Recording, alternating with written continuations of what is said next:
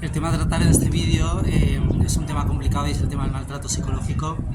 Lo primero que quiero decir es que aquí existen dos realidades que complican la interpretación que hacemos sobre este hecho. La primera, que las consecuencias del maltrato psicológico, a diferencia del físico, no se aprecian a simple vista. Y digo a simple vista porque, aunque se aprecien cambios conductuales y estructurales a nivel cerebral, nunca se tienen pruebas del cerebro monitoreado antes y después del maltrato, por lo que los que hemos hecho informes jurídicos sabemos lo complicado que resulta la demostración de este hecho, siendo los informes de parte en muchos casos no vinculantes. Ante el maltrato físico hay un cambio en forma de lesiones que se ve reflejado en un parte médico. A continuación os enseño una imagen de un cerebro sano y de uno que ha sufrido maltrato, ya que es bien sabido que una imagen vale más que 1000 palabras, para que podáis ver el impacto que este hecho tiene sobre nosotros y cómo consecuentemente modifica nuestro comportamiento y nuestro estado de ánimo. El segundo factor que complica la interpretación del maltrato y la importancia que merece es la frivolización que se está dando en torno a estos términos. Esto ocurre también con otros términos, pero bueno, hay palabras que deben estar reservadas a situaciones que realmente lo merezcan, y con esto me refiero al uso generalizado de la palabra abuso o acoso. Prostituir esta palabra, frivolizar sobre ella, supone que a muchas víctimas reales no se le dé la credibilidad que merecen. En las bibliografías se habla mucho de las consecuencias del maltrato y de cómo diagnosticarlo, aspecto del que hablaré más tarde, pero a continuación voy a mencionar 5 técnicas que utiliza una persona para ejercer el maltrato psicológico sobre otra.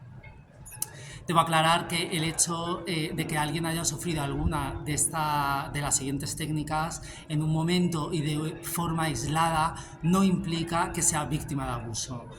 Esto debe darse de manera reiterada y durante un tiempo suficientemente prolongado para que genere consecuencias. Lo importante de esta información es que te permita prevenir y detectar este tipo de comportamiento para limitar la relación que tienes con la persona que lo practica a poder ser lo antes posible. La primera técnica que suelen utilizar es el llamado luz de gas. Es un tipo de abuso psicológico en el que se hace a alguien cuestionar su propia realidad. Este término proviene de una obra de teatro de 1938 y de 2 películas a posteriori adaptadas de 1940 y 44, donde un hombre intenta convencer a su mujer de que está loca, manipulando objetos de su entorno e insistiendo constantemente en que ella está equivocada o que está padeciendo lagunas de memoria cada vez que ella menciona estos cambios.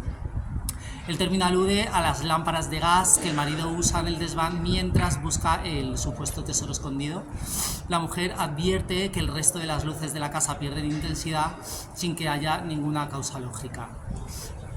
El instrumento para llevar a cabo esto es la mentira y la manipulación, lógicamente, ¿no? En el segundo punto tenemos los gritos paralizan, nos desequilibran y los gritos producen un efecto en el cerebro parecido al de la agresión física. Los gritos generan estrés, ansiedad, incluso depresión y trauma. Los gritos amenazan nuestro bienestar, nos incomodan, nos violentan y son una actitud de desprecio, por lo que los gritos forman parte de este cuadro de abuso. En el punto número 3 tenemos la humillación. La Real Academia Española define la humillación en su primera acepción como inclinar o doblar una parte del cuerpo, como la cabeza o la rodilla, especialmente en señal de sumisión y acatamiento. Y en su segunda acepción, herir el amor propio o la dignidad de alguien. La humillación pretende sometimiento, la humillación pretende que te sientas inferior, quiere que tengas experiencias negativas con quien la practica para hacerse con el control primero de la autoestima y después de ti en su conjunto. En el punto número 4 tenemos la ridiculización o burla. Esto se hace poniendo de manifiesto defectos y manías para avergonzarlos. Una vez más, lo que se pretende es mermar la autoestima y el ego, que es precisamente aquello que nos protege, ¿no? Nuestro sistema inmunológico de alguna manera.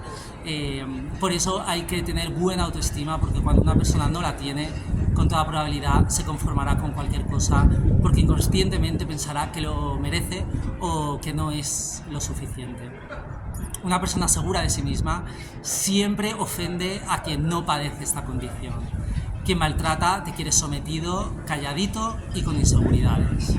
En el punto número 5 tenemos la ley de hielo, que es muy conocida también, ¿no? La ley de hielo es el ninguneo más absoluto y consciente de una persona hacia otra con el fin de menospreciarla. Pretende que la persona se sienta pequeña, poco importante y es la máxima expresión de la desconsideración. Forma parte de la comunicación inhibida y tiene un estilo pasivo-agresivo.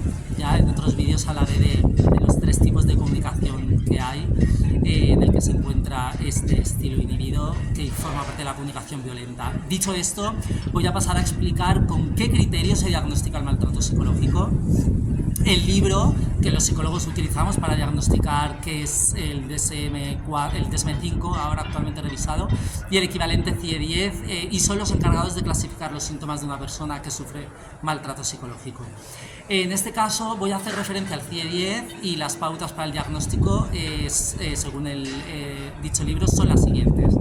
La transformación de la personalidad debe ser persistente y manifestarse como rasgo rígido y desadaptativo que llevan a un deterioro de las relaciones personales y de la actividad social y laboral. Por lo general, la transformación de la personalidad debe ser confirmada por la información de un tercero, en este caso psicólogo o psiquiatra.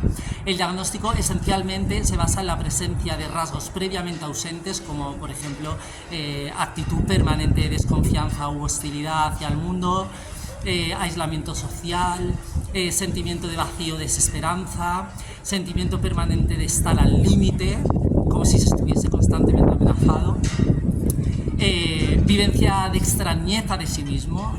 Esta transformación de la personalidad debe haber estado presente por lo menos durante 2 años y no debe poder ser atribuida a un trastorno de personalidad preexistente o a un trastorno mental distinto del trastorno de estrés postraumático. Incluye transformación de la personalidad tras experiencias de campos de concentración, desastres y catástrofes, cautiverio prolongado con peligro inminente de ser ejecutado, exposición prolongada a situaciones amenazantes para la vida, como ser víctima de acto terrorista o de torturas. La verdad es que todos sabemos que no es necesario haber pasado por ahí para haber sufrido maltrato psicológico, porque basta tener un mal jefe o una pareja inadecuada o un mal compañero de trabajo. Hasta ahora, uno de los planteamientos era que el estímulo causante debía ser excepcional, tanto en su intensidad como en su habitualidad, pero ya en el DSM-4, del año 94, se modifica el planteamiento poniendo el énfasis en la reacción de la persona y no tanto en el acontecimiento que lo ha provocado. Ahora bien, conviene diferenciar lesión psíquica y secuela psicológica.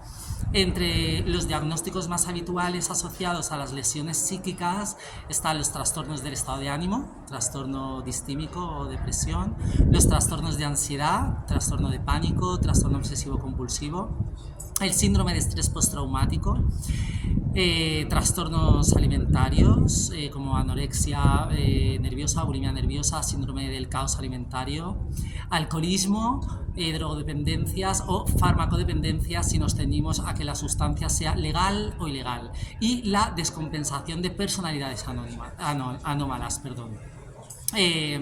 Secuela psicológica, que es cuando una lesión psíquica no es convenientemente tratada o el tratamiento no consigue los resultados esperados. La lesión queda permanentemente en la psique de la víctima, convirtiéndose en una alteración irreversible que condicionará toda su vida futura.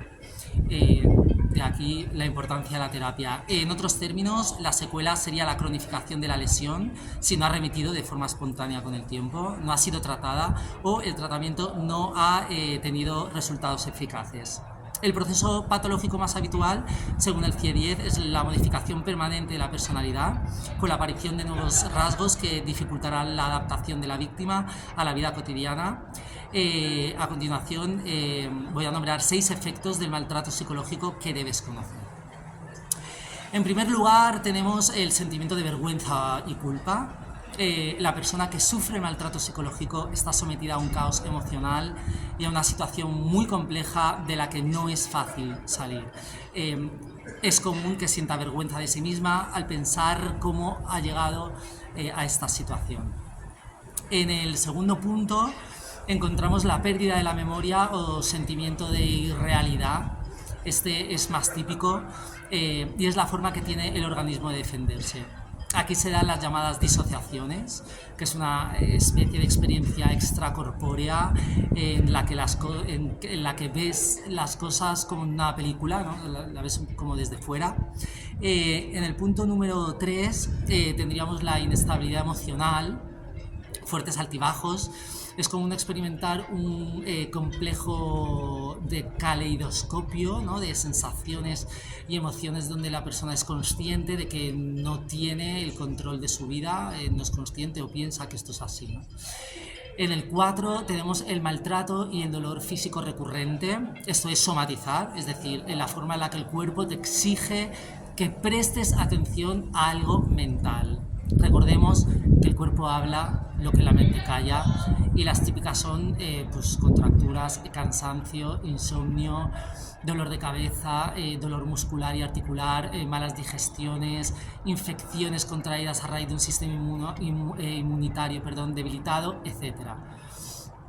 En el punto número 5 tenemos la sensación de que no hay salida, es una sensación de que nada de lo que servirá de algo. Así lo afirma un estudio realizado por los servicios de salud mental de Majadahonda, Madrid, que explica cómo a menudo llegan a decirse a ellos mismos que ninguna palabra, ninguna acción o cambio, nada de lo que se ponga en marcha logrará que ese maltrato se detenga. Como bien digo, es una sensación subjetiva, porque para eso están los servicios, esta atención primaria, los psicólogos y los psiquiatras. Dicho esto, en el punto número 6 tenemos los pensamientos suicidas, ¿no? Este punto, desde luego, es consecuencia del anterior. Surge cuando no se perciben vías alternativas. La ideación suicida en el mundo oscila entre el 10 y el 35% y los intentos de suicidio entre el 5 y el 15%. Dicho todo esto, espero la información os haya servido de utilidad y nos vemos en el siguiente vídeo. Recuerda suscribirte y no te pierdas nada. Carrots, they all in my ear, I got Pierre in this bitch, I got these hoes in this bitch.